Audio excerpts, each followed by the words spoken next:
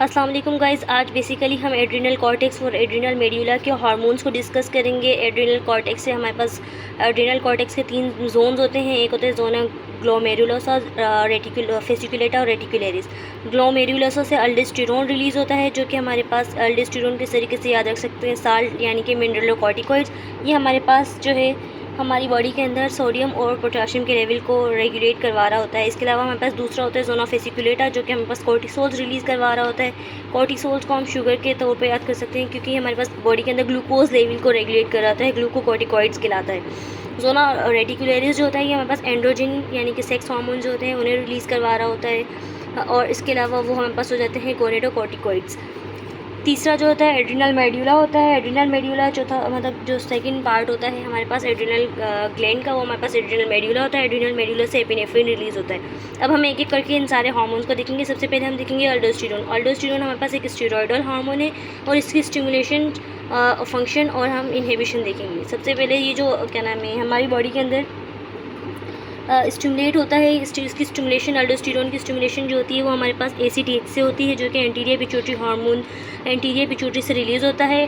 ACTH anterior pituitary hormone है जो कि रिलीज़ होता है। वो यहाँ पर हमारे पास एड्रिनल कॉर्टेक्स में आएगा और यहाँ पे जोना ग्लोमेरुलोसा सेल्स को स्टिमुलेट करेगा कि वो अल्डोस्टेरोन को रिलीज़ करें। यहाँ पर अल्डोस्टेरोन रिलीज़ होगा और ये क्या करवाता है, ये हमारे पास पोटाशियम की एक्सक्रीशन करवाता है। पोटाशियम की एक्सक्रीशन और प्रोटोन की एक्सक्रीशन, यानी कि हमारे पास ये रेगुलेट करता है ब्लड pH। जब भी हमारे पास प्रोटोन्स को सिक्रीशन करवाएगा, यानी कि प्रोटोन्स को एक्सक्रीट आउट करवाएगा, तो ये हमारे पास ब्लड की pH को रेगुलेट करने में हेल्प करेगा। और दूसरा ये हमारे पास पोटाशियम की एक्सक्रीशन करवाता है, यानी कि ये हमारे पास सोडियम की रीअब्जॉर्प्शन और पोटाशियम की एक्सक्रीशन करवाता है। दूसरा स्टिमुलेशन, इसका जो स्टिमुलस होता है ना, वो रेनिन होता है। बेसिकली रेनिन जो है हमारी किडनीज़ का रिलीज़ होने वाला एक एंजाइम है, जो कि हमारे पास जब रिलीज़ होता है जब हमारे ब्लड प्रेशर कम होता है ना।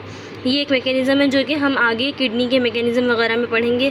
तो बेसिकली क्या, तो दूसरा इसका क्या होता है स्टिमुलेशन, वो हमारे पास प्लाज्मा के अंदर पोटाशियम का लेवल इंक्रीज़ हो जाए किसी भी तरह से, तो उससे भी इसको स्टिमुलेशन मिलती है ब्लड के थ्रू एंटीरियर पिट्यूटरी को, जो कि ACTH रिलीज़ करता है। और ACTH जो है वो ACTH आकर ग्लोमेरुला सेल्स पर कॉर्टेक्स के एक्ट करेगा, उसको स्टिमुलेट करेगा और अल्डोस्टेरोन को रिलीज़ करवाएगा।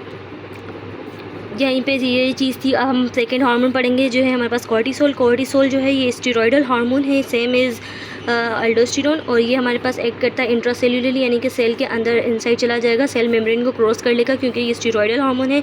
Release in response to stress condition के अंदर ये रिलीज़ होता है, रेगुलेट करता है कार्डियक रिदम्स। मतलब हमारे जो है ये स्ट्रेस को सेंस करने के बाद हाइपोथैलेमस जो है वो रिलीज़ करता है कॉर्टिकोट्रोपिन रिलीजिंग हार्मोन। हाइपोथैलेमस से जब रिलीज़ होगा कॉर्टिकोट्रोपिन रिलीजिंग हार्मोन, तो वो आएगा किसके पास, एंटीरियर पिट्यूटरी पे। एंटीरियर पिट्यूटरी से ACTH को एक्टिवेट करवाएगा और ACTH जो है यहाँ पर कॉर्टिसोल को रिलीज़ करवाएगा बाय जोना फेसिकुलेटा सेल से। जब हमारे पास कॉर्टिसोल रिलीज़ हो गया तो ये हमारे पास टिश्यूज़ के ऊपर, नंबर ऑफ़ टिश्यूज़ के ऊपर एक्ट करेगा आकर, और क्या करवाएगा, ये हमारे पास भूख को इंक्रीज़ करवा देगा, एपेटाइट को, हमारे ब्लड प्रेशर जो है उसको भी इंक्रीज़ करवा देगा, और इंसुलिन हमारे ब्लड के अंदर इंक्रीज़ करवा देगा, ताकि जो है बहुत ज़्यादा ग्लूकोज जो है वो अगर हमारे ब्लड के अंदर है, क्योंकि हमारे पास क्या करवाता है, ये एक तो हमारे पास ग्लूकोकॉर्टिकॉइड भी है, तो ग्लूकोज की लेवल को भी रेगुलेट करवा रहा होता है। तो इंसुलिन रिलीज़ करवाएगा ताकि इंसुलिन जो है ग्लूकोज को ब्लड से कम करके टिश्यू सेल्स के अंदर डालना स्टार्ट कर दे। एपेटाइट यानी कि भूख लगवाएगा। और इसके अलावा यहाँ पे रेजिस्टेंस ग्लूकोनियोजेनेसिस, ये ग्लूकोनियोजेनेसिस यानी कि जो ग्लूकोज की सिंथेसिस थी ना, न्यू सिंथेसिस, यानी कि जो किसी और नॉन कार्बोहाइड्रेट सोर्सेज से ग्लूकोज बन रहा था, ये उसको रेजिस्ट करेगा, उसको इनहिबिट करेगा। लाइपोलाइसिस जो है उसको भी ये इनहिबिट करेगा, उसको नहीं होने देगा। इसके अलावा जो फाइब्रोब्लास्ट होते हैं उनको भी कम कर देगा। कॉर्टिसोल जो है हमारे पास सिंपैथेटिक यानी कि स्ट्रेस कंडीशन में रिलीज़ होगा, तो ये हमारे पास फाइब्रोब्लास्ट की एक्टिविटी को कम कर देगा, जिसकी वजह से हमारे पास जो वाउंड हीलिंग होगी वो डिले हो जाएगी या स्लो हो जाएगी। दूसरा इसके अलावा इसका इम्यून सिस्टम भी इसी तरीके से, जैसे ये हमारे पास फाइब्रोब्लास्ट में वाउंड हीलिंग को डिले कर रहा है, इसी तरीके से ये इम्यून सिस्टम को भी डिक्रीज़ कर देता है। और इन्फ्लामेटरी एक्टिविटी को भी ये हमारे पास डिक्रीज़ कर देगा, और बोन फॉर्मेशन को भी बेसिकली ये डिक्रीज़ करवा देगा।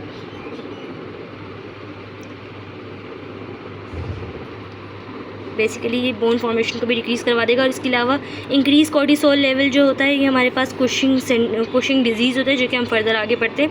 फ़िलहाल के लिए इतना ही।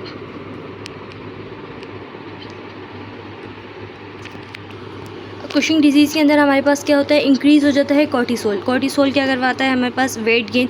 कॉर्टिसोल में हमने बताया बेसिकली एपेटाइट, बहुत ज़्यादा भूख लगती है, जिसकी वजह से हमारे पास वेट गेन होता है। वेट गेन होने के साथ साथ हमारे पास जो बीपी है वो भी हमारे पास इंक्रीज़ मिलेगा हर वक्त, क्योंकि ये स्ट्रेस कंडीशन में रिलीज़ हो रहा है तो ये हमारे बीपी को इंक्रीज़ कर देगा ना। और इसके अलावा फ्रेजाइल स्किन हो जाएगी हमारी स्किन, और इसके अलावा बोन फ्रैक्चर होने के चांसेस बढ़ जाएंगे। एंड्रोजन जो होते हैं वो हमारे पास स्टेरॉयडल हार्मोन होते हैं, और इनका इफेक्ट जो होता है टेस्टीज़ और हमारे पास ओवरीज, टेस्टीज़ और ओवरीज में होता है। टेस्टीज़ से ये अलग हार्मोन रिलीज़ करवा रहे थे और ओवरीज से अलग। और हमारे पास जो तीसरा हार्मोन है वो है हमारे पास एपिनेफ्रिन। एपिनेफ्रिन जो है हमारे पास ये रिलीज़ होता है बेसिकली एड्रिनल मेड्यूला से। एड्रिनल मेड्यूला से ये रिलीज़ होगा, सिक्रेटेड बाय एड्रिनल मेड्यूला, और ये क्रोमोफिन सेल से रिलीज़ होता है। जो हमने पढ़ा था क्रोमोफिन सेल्स कहाँ से, न्यूरल क्रेस्ट सेल्स होते हैं, और ये सीक्रेट करते हैं कॉर्टिकोलामाइंस। कॉर्टिकोलामाइंस हमारे पास एपिनेफ्रिन, नॉन एपिनेफ्रिन, डोपामाइंस ये आ जाते हैं। अब ये हमारे पास एड्रेनलिन जो होता है ये हमारे पास फाइट एंड फ्लाइट यानी कि सिंपैथेटिक एक्टिविटी के अंदर जो है वो रिलीज़ होता है। और क्या करवाता है ये एक तो बेसिकली हमारे पास एड्रेनलिन जो है हमारे पास ये पेप्टाइड हार्मोन होता है, और ये हमारे पास प्री गैंग्लियोनिक न्यूरॉन रिलीज़ करवाते हैं, ACTH वगैरह क्रोमोफिन सेल्स जो हैं वो रिलीज़ करवा रहे होते हैं। और एड्रिनल इनटू द ब्लड, जब एड्रेनलिन हमारे ब्लड के अंदर होगा तो ये हमारे पास सिंपैथेटिक पाथवे को एक्टिवेट करवाएगा। सिंपैथेटिक पाथवे के रिज़ल्ट में क्या होगा, हमारी हार्ट रेट जो इंक्रीज़ हो जाएगा, और वेंट्रिकुलर कॉन्ट्रैक्टिलिटी जो है वो भी ज़्यादा हो जाएगी। हमारे हार्ट के वेंट्रिकल्स हैं उनकी कॉन्ट्रैक्टिलिटी ज़्यादा हो जाएगी, तो हमारे पास बीपी इंक्रीज़ हो जाएगा। और इसके अलावा जो हमारे पास ब्रोंकियोडायलेशन, ये हमारे पास ब्रोंक्यूल्स होते हैं ना लंग्स के अंदर, उनको ये डायलेट करवाएगा ताकि हमारा हार्ट जो हमारा रेस्पिरेटरी रेट है वो भी इंक्रीज़ हो जाए। इसके अलावा इनहिबिशन करेगा किसकी, स्फ्लैंकिक नर्व इनर्वेशन की। स्फ्लैंकिक नर्व इनर्वेशन यानी कि ये हमारे पैरासिम्पैथेटिक रूट को उसको इनहिबिट करेगा।